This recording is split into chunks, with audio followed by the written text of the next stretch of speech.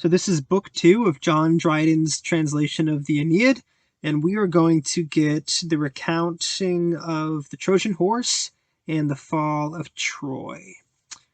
This is book 2 of the Aeneid by Virgil, translated by John Dryden.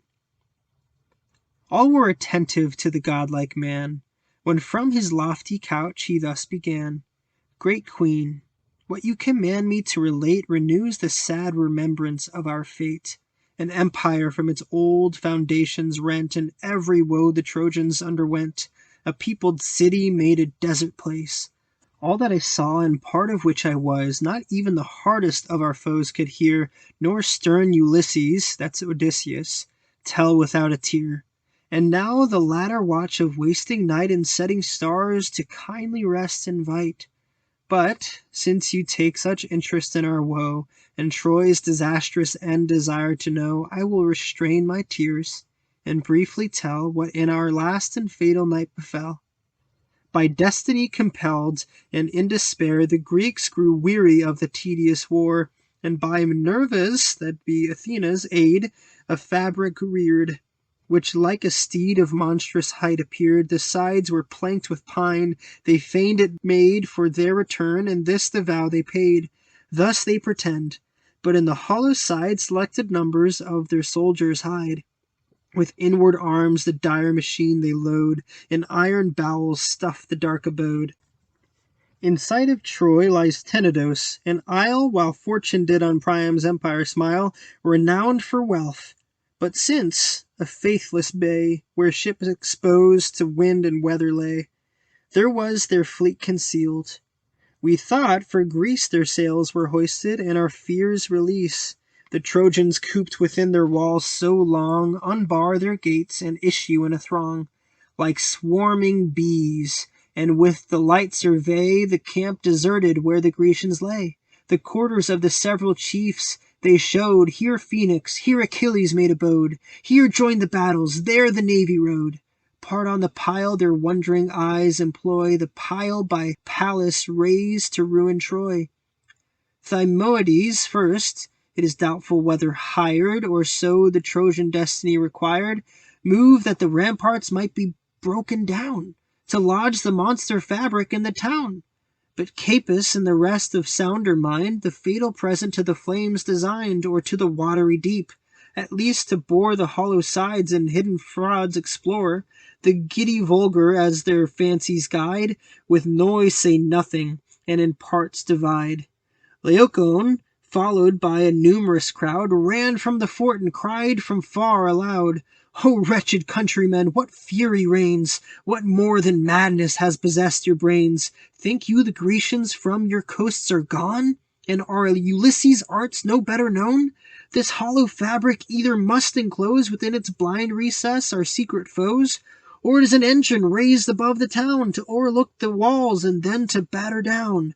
Somewhat is sure designed by fraud or force. Trust not their presence, nor admit the horse.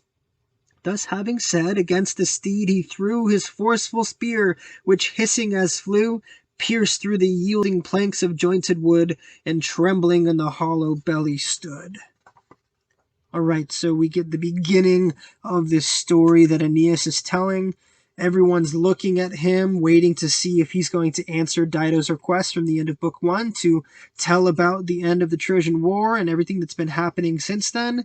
And he's saying, well, it's getting late, but since you asked, I will tell you what is my sad tale that even Ulysses or Odysseus would be crying to tell.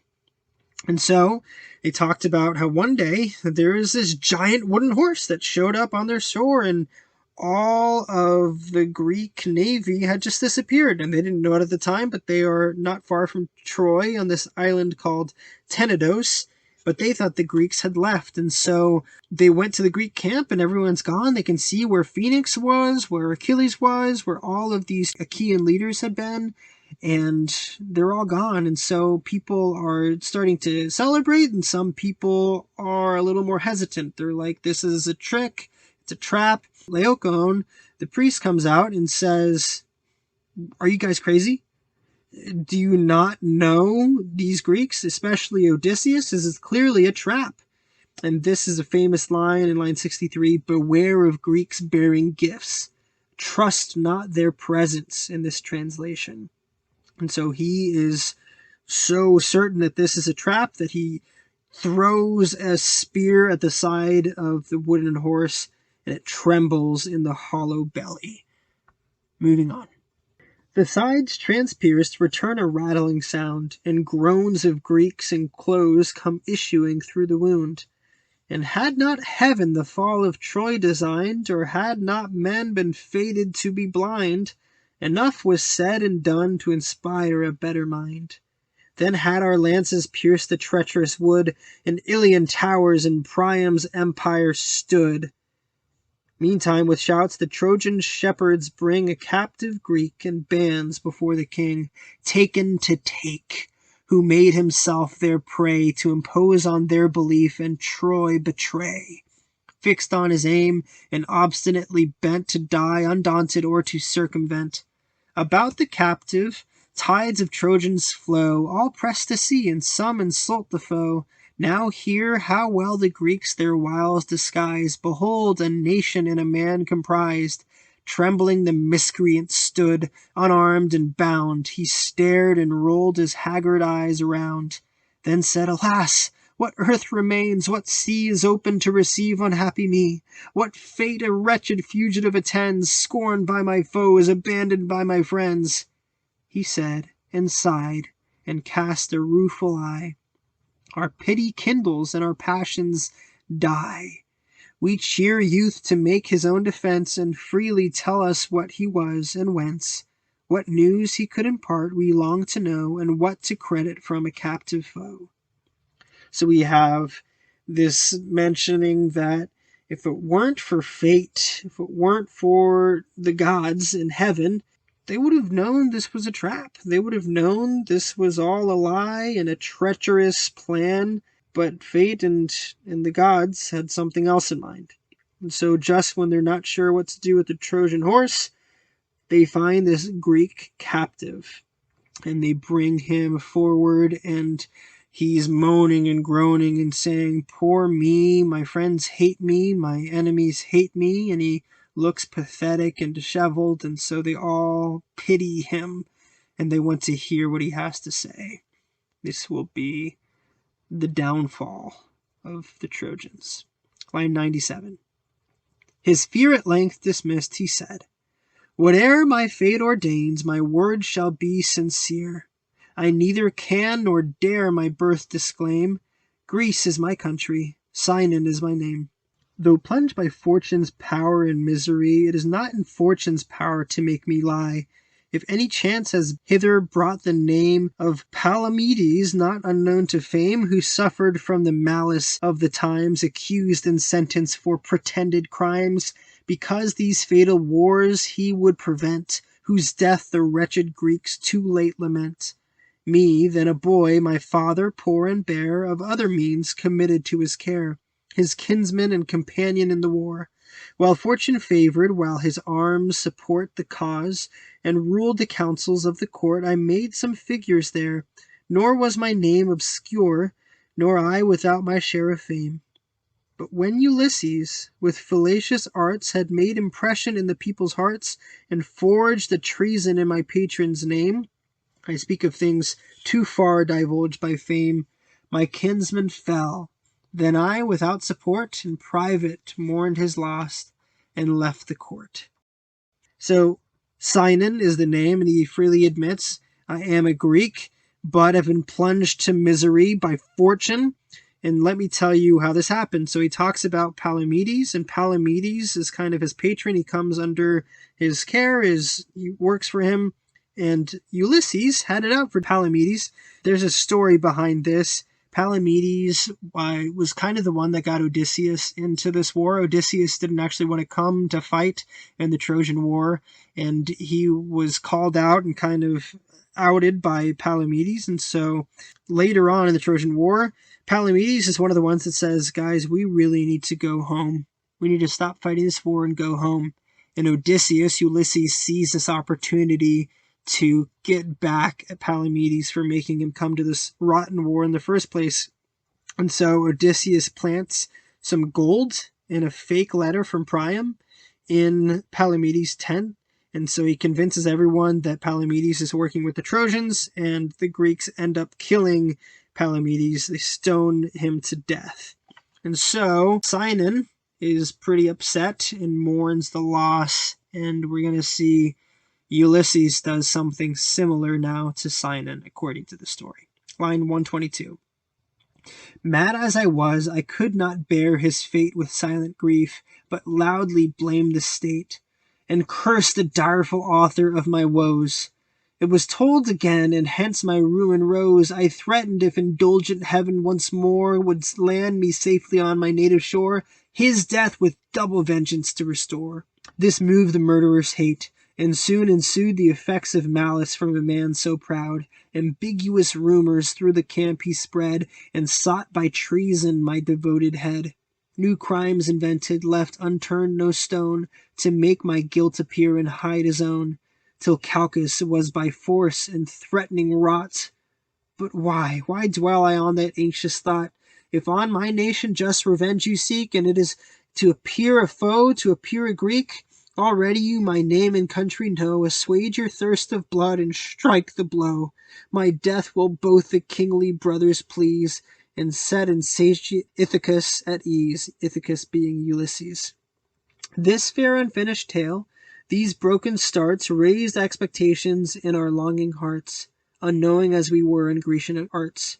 His former trembling once again renewed, with acted fear the villain thus pursued.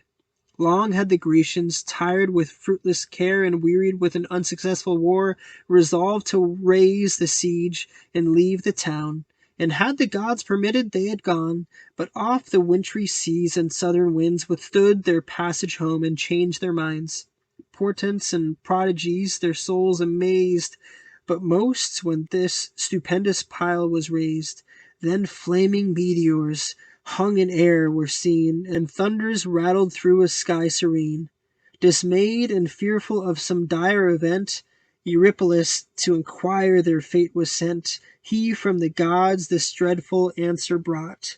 O Grecians, when the Trojan shores you sought, your passage with a virgin's blood was bought. So must your safe return be bought again, and Grecian blood once more atone the main.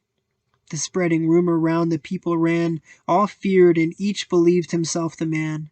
Ulysses took the advantage of their fright, called Calchas, and produced in open sight, then bade him name the wretch ordained by fate the public victim to redeem the state. Already some presaged the dire event, and saw what sacrifice Ulysses meant. For twice 5 days the good old seer withstood the intended treason, and was dumb to blood, till tired with endless clamors and pursuit of Ithacus, he stood no longer mute, but as it was agreed pronounced that I was destined by the wrathful gods to die. So here we have Sinon's story continuing, and he's upset, and rightly so, according to the story at least, because Ulysses has caused the death of his patron, and so he starts complaining to people, kind of muttering under his breath maybe, and he gets found out. So Ulysses hears what Sinon has been saying, and he starts having it out for him.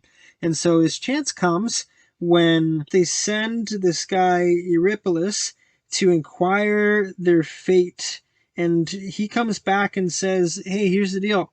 When you guys left, this is recounted in the story of Agamemnon and the Oresteia, virgin's blood was required, right? So Agamemnon killed his daughter, we know from that tragedy. And so the gods say it has to happen again. We're going to have Grecian blood in order to sail home, because the winds and all of these things have continued to pin them even though they've wanted to leave. And so, Ulysses, being the kind of person he is in this story, he says, well, I have an idea. And so he kind of hounds Calchas to say that Sinon is the one that they should kill. And so for a while, for 10 days, Calchas resists Ulysses' prodding, but as it was agreed, he pronounced that Sinon was destined by the wrathful gods to die. So this is his sob story that he's telling the Trojans. Continuing on line 179. All praised the sentence, pleased the storm should fall on one alone, whose fury threatened all. The dismal day was come, the priests prepared their leavened cakes and fillets, which are ribbons, for my hair. I followed nature's laws, and must avow I broke my bonds and fled the fatal blow. Hid in a weedy lake all night I lay, secure of safety when they sailed away. But now what further hopes for me remain to see my friends, or native soil again, my tender infants, or my careful sire, whom they returning will to death require, will perpetrate on them their first design, and take the forfeit of their heads for mine? Which, oh, if pity mortal minds can move, if there be faith below or gods above, if innocence and truth can claim desert, ye Trojans from an injured wretch avert. False tears, true pity move. The king commands to loose his fetters and unbind his hands, then adds these friendly words: dismiss thy fears, forget the Greeks, be mine as thou wert theirs. But truly tell, was it for force or guile, or some religious end you've raised the pile? Thus said the king. He, full of fraudful arts, this well-invented tale for truth imparts. Ye lamps of heaven, he said, and lifted high his hands now free. Thou venerable sky, inviolable powers adored with dread, ye fatal fillets that once bound this head, ye sacred altars from whose flames I fled, be all of you adjured, and grant I may without a crime the ungrateful Greeks betray, reveal the secrets of the guilty state, and justly punish whom I justly hate. But you, O king, preserve the faith you gave, if I, to save myself, your empire save. The Grecian hopes and all the attempts they made were only founded on Minerva's aid. But from the time when impious Diomed and false Ulysses, that inventive head, her fatal image from the temple drew, the sleeping guardians of the castle slew, her virgin statue with their bloody hands polluted, and profaned her holy bands. From thence the tide of fortune left their shore, and ebbed much faster than it flowed before. Their courage languished as their hopes decayed, and Pallas, now averse, refused her aid. Nor did the goddess doubtfully declare her altered mind and alienated care. When first her fatal image touched the ground, she sternly cast her glaring eyes around, that sparkled as they rolled, and seemed to threat. Her heavenly limbs distilled a briny sweat. Thrice from the ground she leaped, was seen to wield her brandished lance, and shake her horrid shield. Then Calchas bade our host for flight, and hope no conquest from the tedious war, till first they sailed for Greece. With prayers besought, her injured power and better omens brought. And now their navy plows the watery main, yet soon expected on your shores again, with Pallas pleased, as Calchas did ordain. But first to reconcile the blue-eyed maid for her stolen statue and her tower betrayed, warned by the seer, to her offended name we raised and dedicate this wondrous frame, so lofty, lest through your forbidden gates it pass and intercept our better fates. For, once admitted there, our hopes are lost, and Troy may then a new Palladium boast. For so religion and the gods ordain that if you violate with hands profane Minerva's gift, your town in flames shall burn, which omen, O ye gods, on Grecia turn. But if it climb with your assisting hands the Trojan walls, and in the city stands, then Troy shall Argos and Mycenae burn, and the reverse of fate on us return. With such deceits he gained their easy hearts, too prone to credit his perfidious arts. What Diomed, nor Thetis' great son, 1,000 ships, nor 10 years' siege had done, false tears and fawning words the city won. All right, so his story continues. He was tied up to be sacrificed, and before Sinon could be sacrificed, he escaped, and he hid in a weedy lake all night. And the people sailed away. The kings bought the story, the king of Troy. So he continues exactly what happened. Well, it turns out that Ulysses, which remembers Odysseus, and Diomedes, they broke into Athena's temple, and they stole one of her images, and they desecrated her temple and the image with their bloody hands on line 222. And so she was upset, and the statue of Athena gave off all these scary portents of their doom. And so Calchas, the Grecian seer, says, hey, we got to do something about this. We got to sail home and please Athena. We have to make things right with her, or we're not going to be able to win this war. So before we can continue fighting, we have to sail away so that we can get a favor from the gods, specifically Minerva or Athena. And so they do, according to the story, but to kind of compensate Athena for this crime that they've done to her, they build this massive horse as kind of a pleasing sacrifice to Athena, and they built it so big that the Trojans wouldn't be able to mess with it.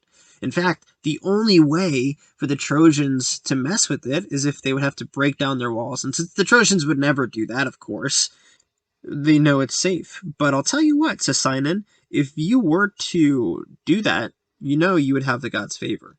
And if you do anything to this Trojan horse out here, then the gods will be against you. The Achaeans will return and destroy you utterly. And so it's your choice. And we have this epilogue, if you will, to this scene. He gained their easy hearts with his perfidious or deceitful arts. And he did what Diomedes nor Achilles, 1,000 ships and 10 years of war could not do by one crafty lie. And now we're going to get reinforcement of this deceit and this omen to come. So line 264. A greater omen and of worse portent did our unwary minds with fear torment, concurring to produce the dire event. Laocoon, Neptune's priest by lot that year, with solemn pomp then sacrificed a seer, when dreadful to behold from sea we spied 2 serpents ranked abreast the seas divide, and smoothly sweep along the swelling tide. Their flaming crests above the waves they show, their bellies seem to burn the seas below. Their speckled tails advance to steer their course, and on the sounding shore the flying billows force. And now the strand and now the plain they held, their ardent eyes with bloody streaks were filled. Their nimble tongues they brandished as they came, and licked their hissing jaws that sputtered flame. We fled amazed, their destined way they take, and to Laocoon and his children make. And first around the tender boys they wind, then with their sharpened fangs their limbs and bodies grind. The wretched father running to their aid with pious haste, but vain, they next invade. Twice round his waist their winding volumes rolled, and twice about his gasping throat they fold. The priest, thus doubly choked, their crests divide, and towering o'er his head in triumph ride. With both his hands he labors at the knots, his holy fillets the blue venom blots. His roaring fills the flitting air around.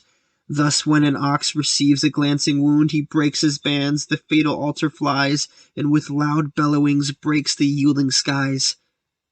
Their tasks performed, the serpents quit their prey, and to the tower of Pallas make their way.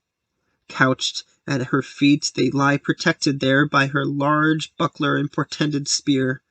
Amazement seizes all. The general cry proclaims Laocoon justly doomed to die, whose hand the will of Pallas had withstood and dared to violate the sacred wood. All vote to admit the steed, that vows be paid, and incense offered to the offended maid. Oh boy, okay. So something strange is going on here.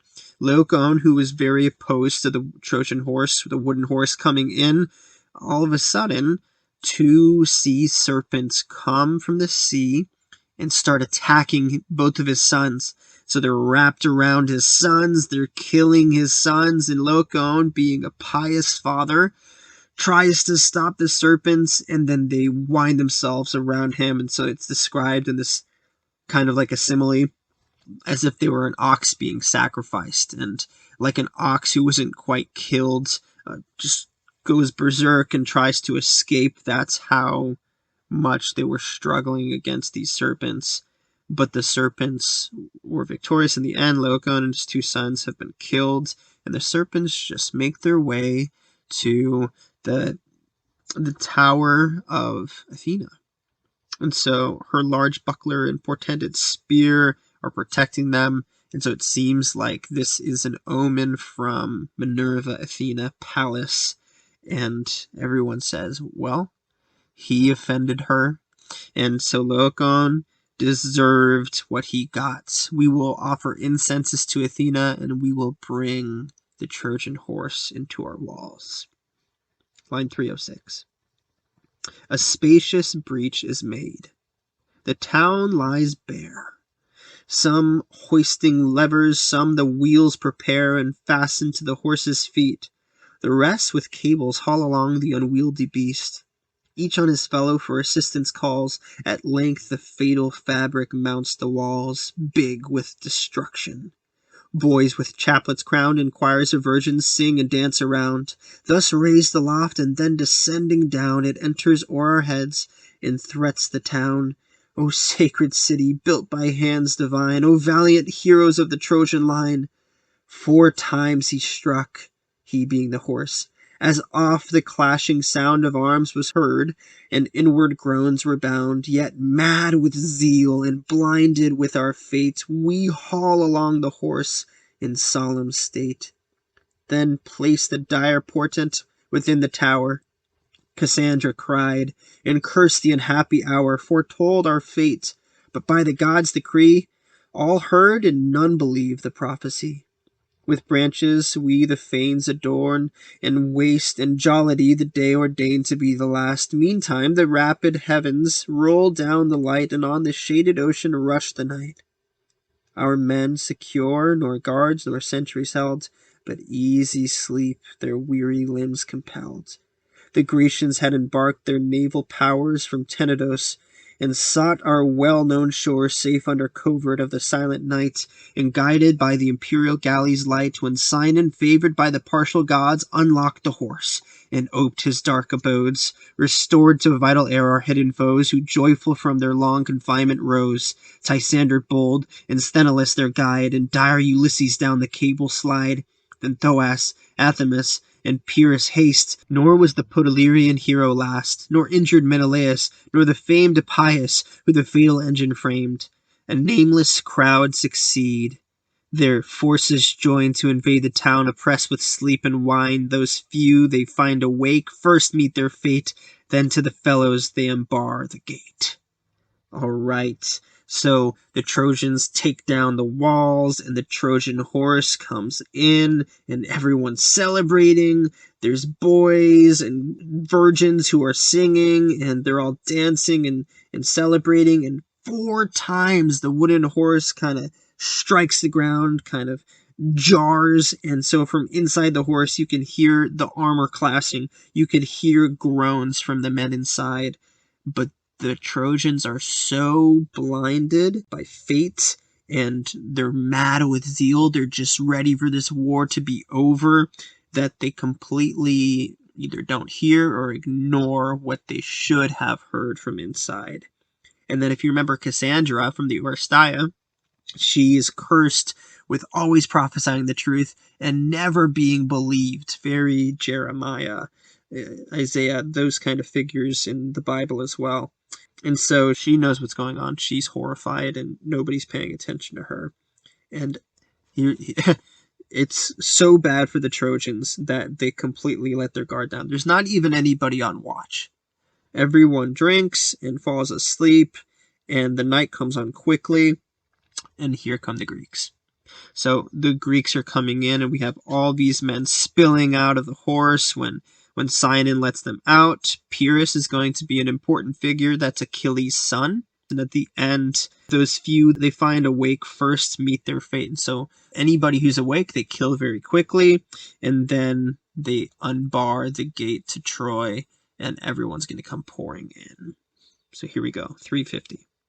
It was in the dead of night, when sleep repairs our bodies worn with toils, our minds with cares, when Hector's ghost before my sight appears. A bloody shroud he seemed, and bathed in tears, such as he was when by Pylades slain. Pylades would be son of Peleus, which would be Achilles. Thessalian coursers dragged him o'er the plain. Swollen were his feet, as when the thongs were thrust through the bored holes, his body black with dust. Unlike that Hector who returned from toils of war triumphant in Aeacian spoils, or him who made the fainting Greeks retire and launched against the navy Phrygian fire. His hair and beard stood stiffened with his gore, and all the wounds he for his country bore now streamed afresh, and with new purple ran. I wept to see the visionary man, and while my trance continued, thus began. O light of Trojans, and support of Troy, thy father's champion and thy country's joy, O long expected by thy friends, from whence art thou so late returned for our defence? Do we behold thee wearied as we are with length of labours and with toils of war? After so many funerals of thy own, art thou restored to thy declining town? But say, what wounds are these? What new disgrace deforms the manly features of thy face? To this the spectre no reply did frame, but answered to the cause for which he came, and groaning from the bottom of his breast, this warning in these mournful words expressed. O goddess born, escape by timely flight the flames and horrors of this fatal night. The foes already have possessed the wall, Troy nods from high and totters to her fall. Enough is paid to Priam's royal name, more than enough to duty and to fame. If by a mortal hand my father's throne could be defended, 'twas by mine alone. Now Troy to thee commends her future state, and gives her gods companions of thy fate. From their assistance walls expect, which wandering long at last thou shalt erect. He said, and brought me from their blessed abodes the venerable statues of the gods, with ancient Vesta from the sacred choir, the wreaths and relics of the immortal fire. Now peals of shouts come thundering from afar, cries, threats, and loud laments, and mingled war. The noise approaches, though our palace stood aloof from streets, encompassed with a wood. Louder and yet more loud I hear the alarms of human cries distinct and clashing arms. Fear broke my slumbers. I no longer stay, but mount the terrace, thence the town survey, and hearken what the frightful sound convey. Thus when a flood of fire by wind is born, crackling it rolls and mows the standing corn, or deluges, descending on the plains, sweep o'er the yellow year, destroy the pains of labouring oxen and peasants' gains, unroot the forest oaks and bear away flocks, folds, and trees, and undistinguished prey, the shepherd climbs the cliff and sees from far the wasteful ravage of the watery war. Then Hector's faith was manifestly cleared, and Grecian frauds in open light appeared. The palace of Deiphobus ascends in smoky flames, and catches on his friends. Ucalegon burns next, the seas are bright with splendour not their own, and shine with Trojan light. New clamours and new clangors now arise, the sound of trumpets mixed with fighting cries. With frenzy seized, I run to meet the alarms, resolved on death, resolved to die in arms. But first to gather friends, with them to oppose, if fortune favoured, and repel the foes. Spurred by my courage, by my country fired, with sense of honour and revenge inspired. Pantheus, Apollo's priest, this O sacred name, had scaped the Grecian swords, and passed the flame. With relics loaded to my doors he fled, and by the hand his tender grandson led. What hope, O Pantheus? Whither can we run? Where make a stand, and what may yet be done? Scarce had I said, when Pantheus with a groan, Troy is no more, and Ilium was a town. The fatal day, the appointed hour is come, when wrathful Jove's irrevocable doom transferred the Trojan state to Grecian hands. The fire consumes the town, the foe commands, and armed host and unexpected force break from the bowels of the fatal horse. Within the gates proud Sinon throws about the flames, and foes for entrance press without, with 1,000 others, whom I fear to name, more than from Argos or Mycenae came. To several posts their parties they divide, some block the narrow street, some scour the wide. The bold they kill, the unwary they surprise. Who fights finds death, and death finds him who flies. The warders of the gate but scarce maintain the unequal combat, and resist in vain. I heard in heaven that well-born souls inspires, prompts me through lifted sword and rising fires to run where clashing arms and clamor calls, and rush undaunted to defend the walls. Alright, so as the Greeks are starting to spill out of the horse, we cut to Aeneas. And Aeneas is having a dream of Hector. And it's Hector not in all of his glory, but Hector like he looked after Aeneas had killed him and drug him around for days on end. And so Aeneas is like, what are you doing here? Have you come back? We already buried you, and, things have kind of changed. Why are you here now? And the specter doesn't answer, but he says, hey, time to leave. This whole town is about to be destroyed. If anybody could have saved Troy, it was me. But I'm gone. And so it's a lost cause. You need to get out of here. Take the gods of Troy, so Vesta and others, these are called Penates. They're the household gods. And so take these and leave. And no sooner had he spoken than Aeneas hears all of this chaos of war erupting around the city. And he looks and he sees it starting to happen. We have the simile in 406. It's like a flood, like a deluge, coming out and destroying the plain. And that's what was happening to Troy. Except not by water, by fire. And this fire is spreading. He sees the palace of Troy's leadership all going up in flames, and the light is so intense that it's dancing on the ocean waves. And so yeah, all of this is happening, and then he comes by Apollo's priest, and Apollo's priest says, it's all doomed. I mean, this is all going to burn. There's no hope. And so he goes up and he looks around and he sees all of these soldiers killing anybody who fights, killing anybody who's running away. Everyone's dying. And so he feels this pull to go and fight the bad guys, kill the Greeks. So we'll see how that goes. 457. Ripheus and Ephitus by my side engaged, for valor one renowned and one for age. Demas and Hipponus by moonlight knew my motions and my mien, and to my party drew, with young Corybus, who by love was led to win renown in fair Cassandra's bed, and lately brought his troops to Priam's aid. Forewarned in vain by the prophetic maid, whom when I saw resolved in arms to fall, and that one spirit animated all. Brave soul, said I, but brave, alas, in vain. Come finish what our cruel fate ordain. You see the desperate state of our affairs, and heaven's protecting powers are deaf to prayers. The passive gods behold the Greeks defile their temples, and abandon to the spoil their own abodes. We, feeble few, conspire to save a sinking town, involved in fire. Then let us fall, but fall amidst our foes. Despair of life the means of living shows. So bold a speech encouraged their desire of death, and added fuel to their fire.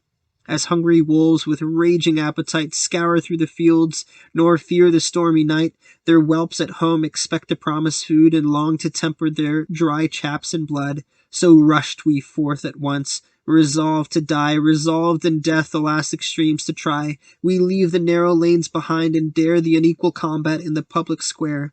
Night was our friend, our leader was despair. What tongue can tell the slaughter of that night? What eyes can weep the sorrows and affright? An ancient and imperial city falls. The streets are filled with frequent funerals.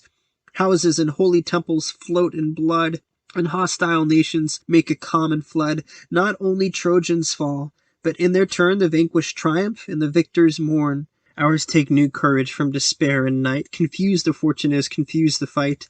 All parts resound with tumult, plaints, and fears, and grisly death in sundry shapes appears. Androgeus fell among us with his band, who thought us Grecians newly come to land. From whence, said he, my friends, this long delay? You loiter while the spoils are borne away. Our ships are laden with the Trojan store, and you, like truants, come too late ashore. He said, but soon corrected his mistake, found by the doubtful answers which we make. Amazed, he would have shunned the unequal fight, but we, more numerous, intercept his flight. As when some peasant in a bushy brake has with unwary footing pressed a snake, he starts aside, astonished, when he spies his rising crest, blue neck and rolling eyes. So from our arms surprised Androgeus flies.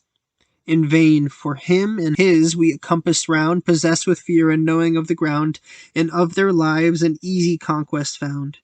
Thus fortune on our first endeavour smiled. Corybus then, with youthful hopes beguiled, swollen with success and a daring mind, this new invention fatally designed. My friend, said he, since fortune shows the way, it is fit we should the auspicious guide obey. For what has she these Grecian arms bestowed but their destruction, and the Trojans' good? Then change we shields, and their devices bear. Let fraud supply the want of force in war. They find us arms. This said, himself he dressed in dead Androgeus' spoils, his upper vest, his painted buckler, and his plumy crest. Alrighty. Ripheus and Iphitus by my side engage is how we start this little section 457. And so pretty much all of Aeneas' friends are coming with him, and they're going to go and fight the bad guys. Aeneas pumps them up with a little bit of pep talk before the game kind of thing. Hey, we're going to do this. We're going to die probably, but we're going to die killing the Greeks. Just like a wolf goes out hungry, getting food for their kids, we're going to go out and slaughter. And so that's how they're described. And so they do. They go out, and it's just chaos. The Greeks are dying, Trojans are dying. And then all of a sudden, Androgeus, this Greek, comes up, and it's so dark, he thinks that these Trojans are Greeks. And he's like, hey, you guys are a little late to the party. We've already done a lot of the work. Ha, ha, ha. And then he recognizes, oh, these are Trojans. And it's like when a peasant is working in the fields and he accidentally steps on a snake, doesn't really know, isn't very concerned, and then, oh, it's a snake, and freaks out and freezes and then runs for his life. And so that's exactly what Androgeus does.